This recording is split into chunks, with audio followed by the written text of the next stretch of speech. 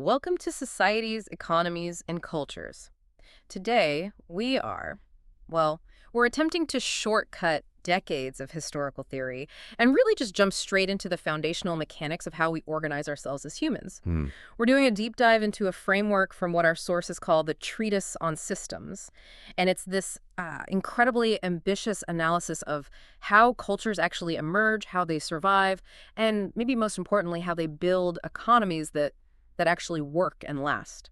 It's an extraordinary way to look at it, really, because it treats culture not as, a list of historical facts or dates, Yeah. but as a living, breathing thing, almost like a biological A organism. biological organism. I love that. Exactly. And this systemic approach, it gives us a kind of framework for defining the operational rules of how societies grow.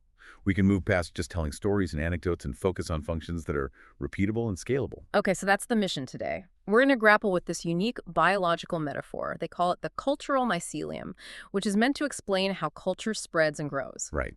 The fungus analogy. The fungus analogy, yeah. And then we're going to dissect this list of, what the source calls the non-negotiable resources required for that organism to survive, the essential 6 pillars of sustainability.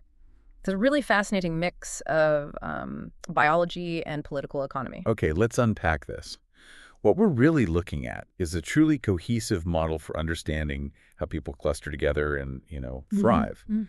The rigor of it is in how it defines culture and society in these measurable terms. And then it explicitly links those definitions back to the resources they need to function. It forces you to think of a collective, a society, not as just a geographical accident, but as an emergent functional system. And I think the power of that system, if it holds up, is that it lets us analyze the health of any civilization, past or present, using these almost objective biological metrics. Is it growing? Is it growing? Is it reproducing? If not, then it's sick. It's that simple. It's a powerful lens. So let's start at the very beginning with the base unit, culture itself. Before we get to the mycelium, the fungus part, we need to know what it's made of. The components. Exactly. The framework defines culture as sets of 4 distinct but interconnected aspects: behaviors, aesthetics, language, and arts.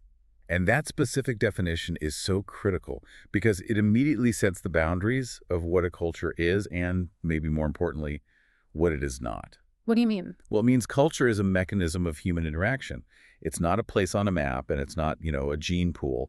It's about what people do. Right. So if we break those 4 down, behavior is the set of repeatable actions, right? The Yeah. habits, the rituals that the group follows, how you work, how you talk to each other, how you handle conflict. Then you've got language, the codified system we use to communicate, which allows for, the reliable transfer of really complex information that lets us coordinate. And without that coordination, everything else falls apart. It does. And then we get to aesthetics, which are the collective standards of beauty and taste. What do we value? What do we find appealing?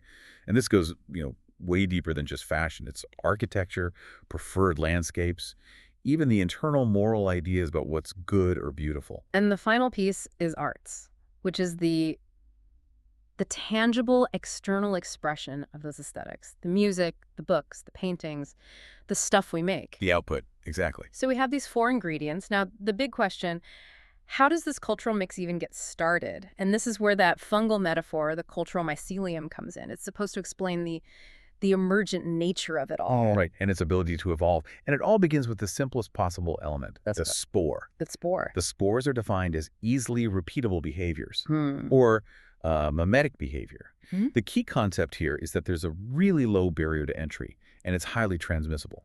For a culture to even begin to colonize, the core idea has to be simple enough that someone can see it, understand it, and copy it almost instantly. I have to ask, though, doesn't a model like this kind of biological determinism, doesn't it ignore the role of individual choice or, moral choices in whether a culture succeeds?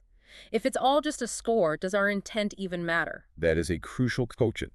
And the framework wouldn't say it ignores agency. It would suggest that agency expresses itself through the creation or the modification of these spores. Oh, so. Well, if an individual acts in a new, really efficient way, let's say they invent a new way to organize a factory floor, that new behavior is the spore. Ah, okay. And if that behavior is successful and easy for other factory managers to copy, it gets adopted, it spreads. The system itself, it selects for efficiency and success, not necessarily for moral purity. The initial behavior is the seed of the new culture. So if we look at something like the spread of the modern tech startup ecosystem, the spore wasn't the iPhone or the app.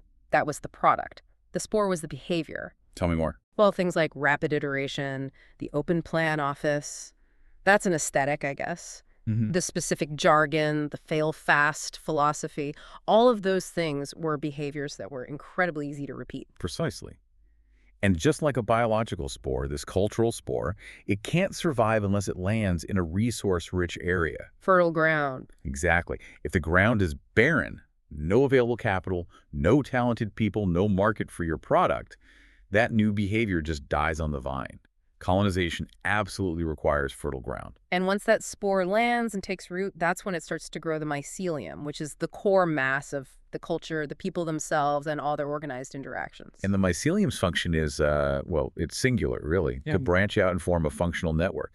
The framework blazes out really clearly. You see the scale extrapolation from, the first little village cluster to a more complex town, then a regional city, a state, and eventually the nation. So the mycelium is the living organism, the collective, that organizes all those behaviors and arts and language across a huge area, all to exploit resources more efficiently. That's the driver, efficiency.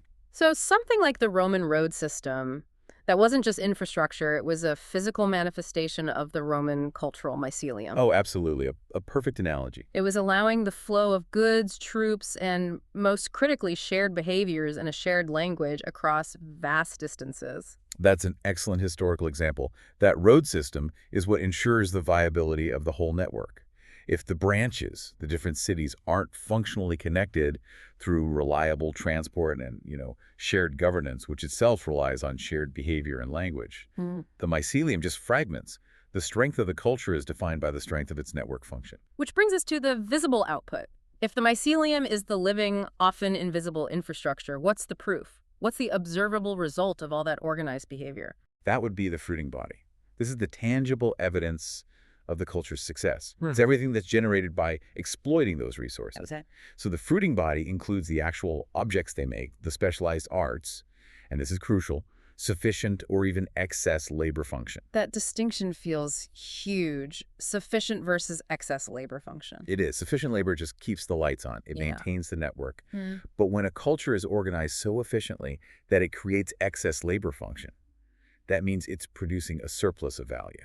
And that surplus is the foundation of projecting power, of influence. Absolutely. Think about the Italian Renaissance. The fruiting body wasn't just the incredible architecture and the art. Those were spectacular. Right. It was the banking systems, the patronage models, the efficient trade routes that funded the art in the first place. Yeah. That level of organization, that was the excess labor function that allowed the cultural outputs to flourish like they did. And this output, this fruiting body, is what ensures reproduction. It's how it generates the next wave of cultural spread. By producing new, successful spores. When people on the outside look at this stunning, sophisticated output, the wealth, the unique technology, the captivating art, they want to replicate that success. So they adopt the behaviors, the spores that they believe led to that outcome. They become the carriers. And the source material highlights two really powerful vectors for this expansion. Basically, the mechanisms for how the stores get carried beyond the current territory. Okay, what are they? The first one is the artistic vector. This is essentially soft power. It's the beauty and the emotional resonance of the culture's output. People see the aesthetics and the arts, and they're just attracted to them.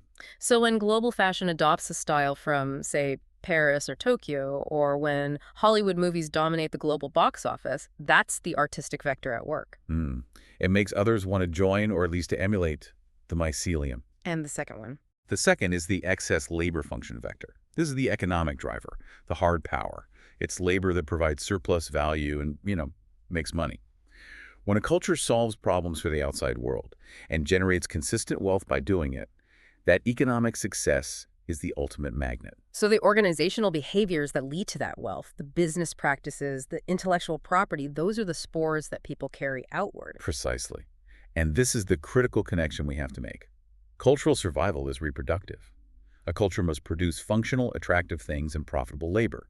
If it doesn't, it stagnates. And stagnation means no new spores. The mycelium isolates itself and it becomes totally dependent on its own internal resources, which is just a slow path to depletion. A slow death. Okay, so we've established this idea of a single complex organism. the culture, the mycelium. But of course, human history is full of different cultures intersecting and mixing.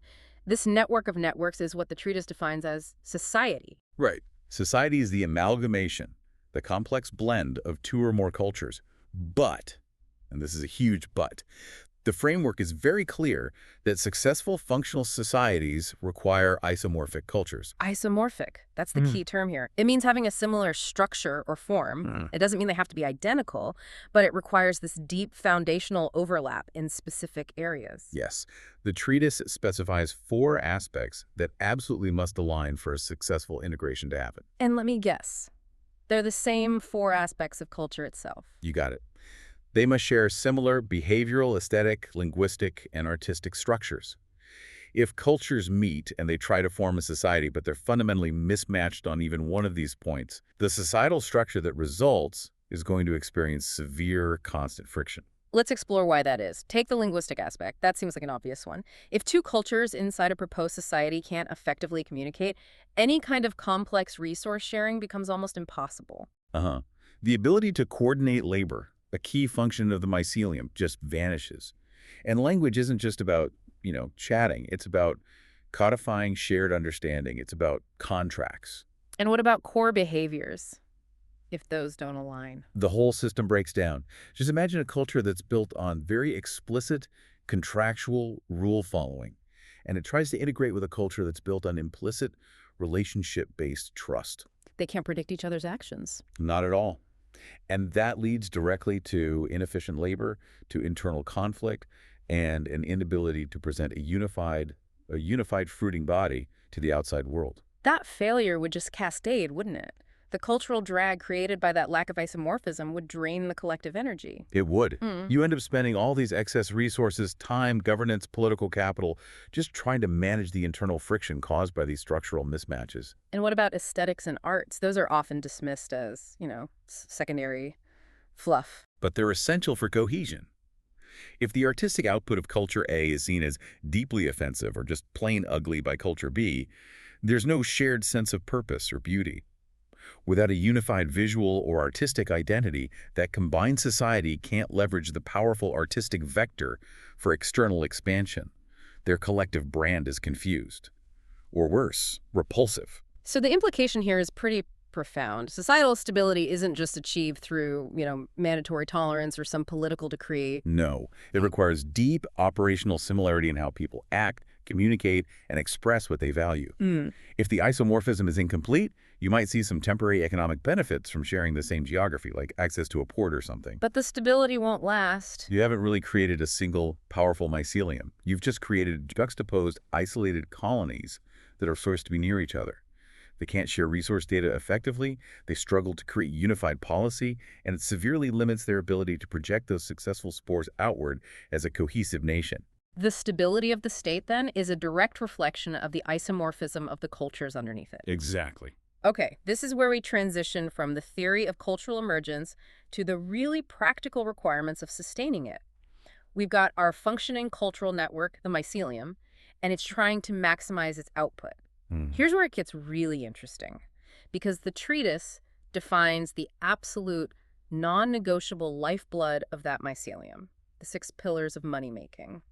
And these are often, classified in traditional economics, but the framework here treats them very differently. They aren't just economic sectors. They are the fundamental resource inputs, the 6 essential nutrients that any culture needs to survive and thrive. It's not just about having them, is it? No, a healthy mycelium must be organized to provide them for itself. That's the key. Let's dedicate some serious time to these then. Go pillar by pillar. We should look at their function, their link to those cultural aspects, behavior, aesthetics, language, art, and how they show up in the modern world. Okay, we can begin with Pillar 1. Provide a service. This is essential functional labor. It's the immediate, continuous maintenance and optimization of the mycelium network itself. The roles here are sort of the unsung heroes of efficiency, aren't they? Repair people, teachers, personal care. This pillar provides direct value by saving the time and the specialized effort of others within the culture. And culturally, it reinforces complex behaviors. Services require trust, they require adherence to standards, and effective, often personalized communication. Without robust services, the network immediately degrades. It becomes inefficient. Everyone has to be a generalist. I mean, think of the modern shift toward the gig economy. That's all about maximizing the flexibility of service provision. It is. Next up is Pillar 2, provide a product. This is the tangible output, the physical goods that make up a huge part of that fruiting body we talked about. So, manufacturing, resource conversion, creating physical objects. Products satisfy material needs, sure, but their function as a cultural expansion vector is critical. You export desirable products, and they carry your cultural brand with them. They demonstrate the efficiency and ingenuity of your culture to other markets. And culturally, high-quality products often reflect the aesthetics of the culture that made them. Minimalism or ornateness or durability, they are functional art. Which brings us to the foundational element of coordination. Pillar 3, provide information. This is the continuous flow of those cultural spores, the codified how-to knowledge base that you need for any coordinated action. This covers so much: education, news, research, market data, and now these incredibly complex data management systems like AI. Information is absolutely crucial for coordinated behavior. It directly supports the linguistic and behavioral aspects of culture. Directly. If the information flow is corrupted, or if the culture can't efficiently teach its members the best practices, they can't maximize their resource exploitation. The big challenge today is the virtualization of this pillar. Information is now the most easily manipulated and rapidly transmissible cultural asset there is. So controlling the flow of information is basically controlling the culture's ability to act coherently. At a fundamental level, yes. Now, moving to a less obvious but just as essential driver, Pillar 4, provide entertainment. This is the primary mechanism for reinforcing a culture's shared aesthetics and arts. Media, leisure activities, games, large-scale art projects. Entertainment provides cultural cohesion. It's how a culture celebrates its shared values and relaxes together, right? Exactly. And a culture that fails to entertain itself faces two crises. Internally, the cultural glue weakens, people feel alienated, and externally, it loses that artistic vector of expansion. Global media dominance by one culture is a clear sign that its aesthetics and stories are functioning as powerful, attractive spores. It's a huge part of soft power. Okay, next, the flow. Pillar 5. Provide transport. This is the physical mechanism for moving spores and resources around, for connecting the distant branches of the mycelium. This is logistics, physical infrastructure, roads, ports, airports, but also digital infrastructure, fiber optics, 5G networks. Transport is absolutely critical. Because without it, the mycelium fragments. It does. Resources can't be shared efficiently, which hurts services and products. Information flow slows to a crawl. And the modern idea of transport has to include the speed of data transfer, because that's how the most valuable contemporary spores, complex behaviors, organizational knowledge are moved instantly. Okay, finally, the one that makes everything else possible. Pillar 6. Provide energy. The fundamental fuel source needed to power labor, production, transport, everything. It's the prerequisite. Power generation, fuel supply, battery tech. These are what's required to exploit all 5 other resources and create the fruiting body. Without sufficient, reliable energy, all the other pillars just grind to a halt. You can't run a factory to make a product. You can't power the servers to transmit information. You can't fuel the trucks for transport. So control of this pillar is therefore control over the entire system's operational capacity. It's a critical geopolitical asset. The list is exhaustive because cultural viability demands dynamism across the board. You can have the most beautiful art from Pillar 4, but if you have no reliable transport or energy, that beauty can't be sustained or shared. It's an aesthetic success, but it's built on a fundamentally starving organism. Precisely. And what the framework says really accelerates the prosperity of the mycelium is synergy. Combining pillar elements creates added value. This seems to be the key to generating that maximum excess labor function. Think about the complexity of a modern business, like a huge e-commerce platform. They aren't just selling you a product, which is Pillar 2. No, not at all. They're combining that product with sophisticated information. That's Pillar 3. AI-driven marketing, tracking data, customer service history, and with ultra-reliable transport, which is Pillar 5, their own delivery logistics and infrastructure. The value isn't just the thing you bought. The value is the efficient experience of that thing arriving exactly when and where the information predicted it would, supported by a whole service network. Right. And that combined synchronized system product plus information plus transport plus service generates a quantum leap in value that's way more than just the cost of the physical item. This added value is what funds the largest, most successful fruiting bodies we see today. And the ability to weave these pillars together seamlessly is probably the strongest indicator of a culture's technological sophistication and its overall organizational health. It shows that the underlying behaviors and language are all functioning at this highly integrated systemic level. So the discussion of the six pillars moves pretty quickly from just economics to something existential. The framework really stresses that the viability of the mycelium, its long-term survival, is absolutely dependent on all six of these pillars being active and accessible. And this is where we get into the idea of cultural sovereignty. The culture must possess, or at the very least, control the means to provide for itself in every single one of these pillars. Relying on outside actors for critical pillars introduces huge systemic vulnerabilities. The treatise makes a really clear distinction between what is detrimental and what is lethal. Let's look at detrimental failure first. This happens when a culture is starved of any single resource. It leads to the weakening of a specific branch. Right, a single pillar failure is serious, but it's survivable. For instance, if a society has a catastrophic weather event that destroys its main transportation networks, that Pillar 5 food distribution slows down, you get regional isolation, economic activity drops. You can see echoes of this in historical famines, Yeah. like the Irish potato famine, which was a devastating product failure, Pillar 2, combined with the transport failure, Pillar 5. It led to immense suffering and demographic shifts, but not a total cultural or state collapse. The mycelium was injured, but it healed. In that kind of situation, the culture can divert its energy from other pillars. Maybe it pulls excess labor from entertainment or from new product development to rebuild the transport system. It's a localized injury, but the core network can survive. But the danger escalates dramatically when we start talking about lethal failure. And this is achieved by starving a culture of, or preventing it from providing for itself, all six resources at the same time. And how does a block that comprehensive even happen? It usually requires deliberate, coordinated action, either from the outside, like economic warfare or sanctions, or from the inside, like a catastrophic systemic decay across multiple fronts at once. So what's the mechanism of that failure? It's the systematic dismantling of the culture's ability to organize. If external powers, or even internal collapse, can manage to simultaneously block the energy supply, Pillar 6, halt all manufacturing, Pillar 2, sever transport links, Pillar 5, disrupt information, Pillar 3, prevent core services from functioning, Pillar 1, and eliminate cultural funding, Pillar 4, then the collective system just can't sustain its network function anymore. And that defines the death of the cultural organism. If you can't generate power, you can't make products. If you can't make products, you can't pay for services. If you can't move goods or information, the shared behaviors and the shared language start to diverge and fragment. The mycelium starves. It can't produce a fruiting body, and crucially, it can't reproduce its spores. The whole system collapses in on itself. That's a powerful warning. To survive, a culture has to actively manage and protect its supply chains across all six of those pillars. Losing control of one is bad. But losing control over the capacity to provide all six is an existential threat to its very existence as an independent functioning entity. And this all circles back to the culture itself.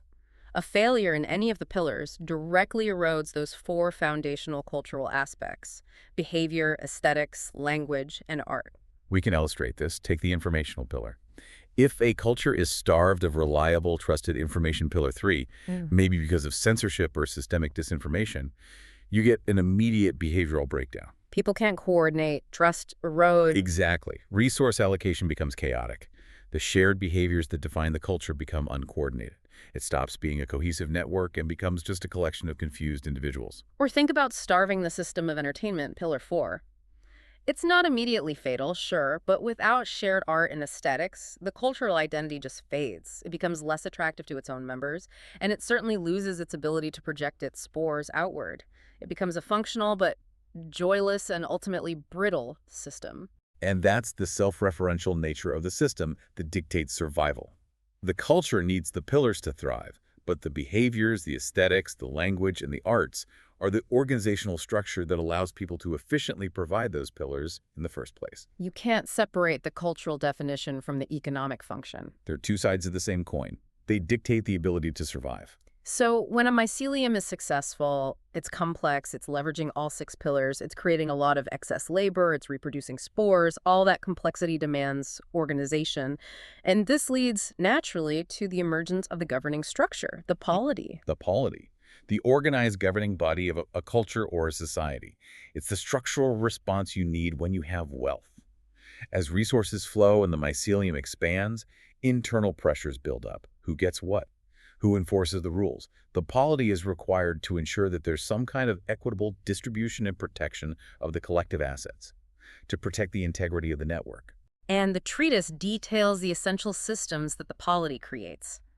These are the foundational frameworks that channel and protect the output of the six pillars, the codified structures, laws, trade regulations, currency mechanisms, property definitions, and borders. These are the hard systems you need to maintain the functional network against both internal decay and external threats. Laws, for example, prevent internal friction from destroying the network.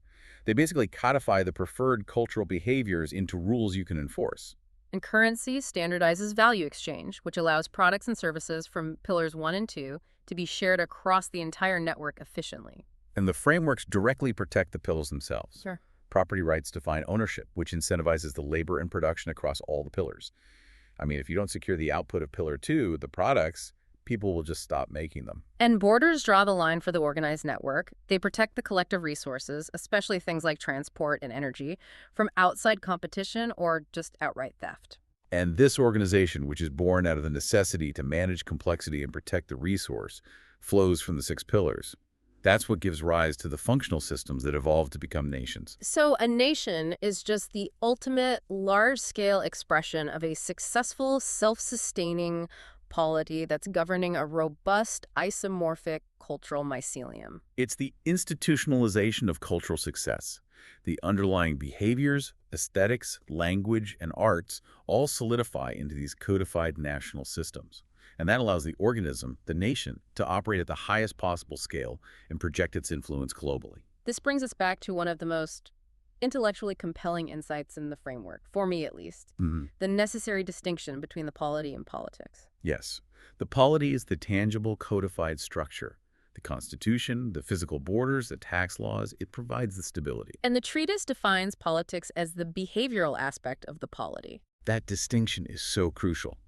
Since behaviors are a fundamental cultural aspect, politics, the actual, shifting action, the debate, the lobbying, the legislative priorities, it's not some external isolated function of the state. It's an intrinsic expression of the culture's current rules and collective priorities, channeled through the structure of the polity. It makes perfect sense when you think about it. The tangible codified structure, the polity, the laws, the currency, that has to stabilize the intangible, constantly shifting action of politics, which is behavior and priorities. If a culture's core behaviors really value, say, rapid change and innovation, then its politics will express that through rapid regulatory changes and frequent political fights about what direction to go in. So the polity is the slow, steady vessel, and the politics are the constant behavioral waves happening inside that vessel. It perfectly closes the loop. The culture defines the behavior. The behavior organizes the economy through the six pillars. The wealth and complexity create the need for structured protection, the polity. And the day-to-day operation of that structure is expressed through politics, which is itself a behavior rooted right back in the original culture. So the health of the entire nation system can be assessed by how functionally aligned its underlying behaviors are with its economic output. Okay, so let's synthesize this entire system and just map it out one last time for the listener. A healthy culture, defined by its behavioral spores and its aesthetics, uses these organizational assets to grow a functional network, the mycelium. That network successfully provides the six pillars, the necessary resources for survival and growth. This collective function creates wealth, which then necessitates a polity and organized governing body with codified frameworks like laws and currency to create stability and protection. And all of this culminates in a stable, organized nation. This systemic analysis is complete and it's self-contained. And the final, provocative thought for you to consider is this. If culture is, at its base, just a set of behaviors, and behaviors are the easiest element to transmit, they're the simple, low-friction spore, does this mean that fundamentally changing core behaviors, rather than seeking massive economic or political overhauls, is the most effective and foundational way to redefine an entire nation system. Wow. It suggests that real cultural reform begins not with laws, but with the simplest, most repeatable behavior. It totally redefines where true power lies, not just in the big, visible, fruiting body, but in that tiny, easily transmissible behavior that kicks off the entire growth cycle in the first place. The power of this systemic view is immense. By internalizing these definitions, the mycelium, the absolute necessity, the six pillars, and the function of the polity, you gain the analytical tools to assess the viability and health of any collective system, a community, a city, or a global power. You can identify which pillar is weakening and, critically, whether the system is approaching a lethal blockage. The fungal metaphor really endures. It reminds us that success is all dependent on an efficient resource-sharing network that continuously generates value and spreads its best practices. Thank you for joining Societies, Economies, and Cultures. Until next time.